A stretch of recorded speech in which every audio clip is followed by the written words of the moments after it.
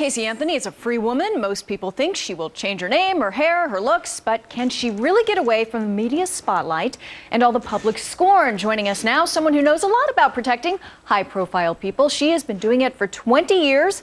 Donna Smith, the president of All Pro Legal Investigations. Donna, thanks for joining us this morning.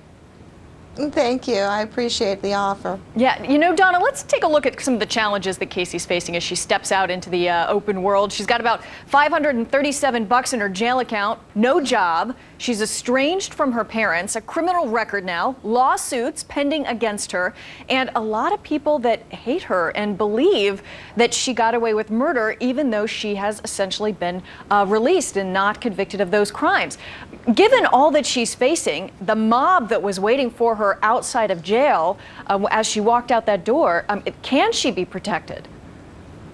She can, and I think that they're off to a good start. Whoever is doing her protection detail is off to a very good start. They've managed to keep her out of the public eye, but that can't last. She'll surface soon, and she'll have a unique set of challenges in front of her when she does. Yeah, I mean, she can't really disappear because she is facing lawsuits. People are suing her.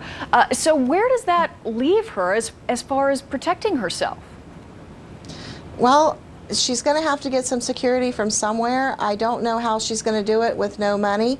I know that some people have stepped forward and offered to offer her other services pro bono. Maybe a security company will do that. I don't know how that's possible, but I suppose it is possible. You know, we've seen a lot of high-profile people that have needed protection over the years. O.J. Simpson, for instance, that was such a high-profile case. But this one seems a little bit different here. The victim was a child. There's such vitriol. There are people outside, you know, screaming during the course of the trial. How can she prepare for that down the road, the next 10, 20, 30 years?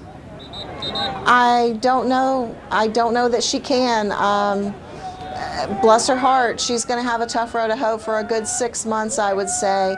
Hopefully something will come along that will distract people and make them focus on something else, but for at least 6 months, I would say she's got a real tough road to hoe.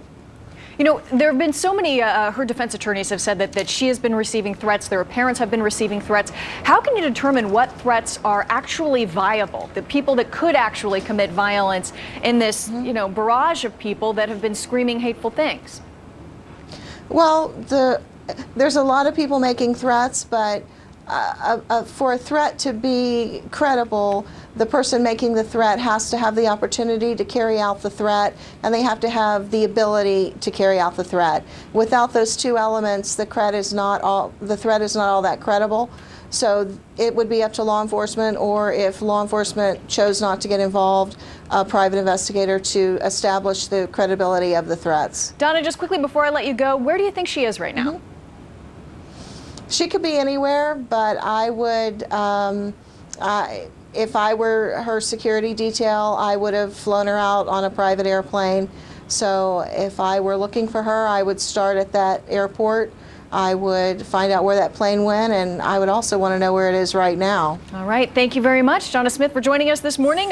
President of All Protection and Security. I've been doing it for 20 years. Thanks for your insight.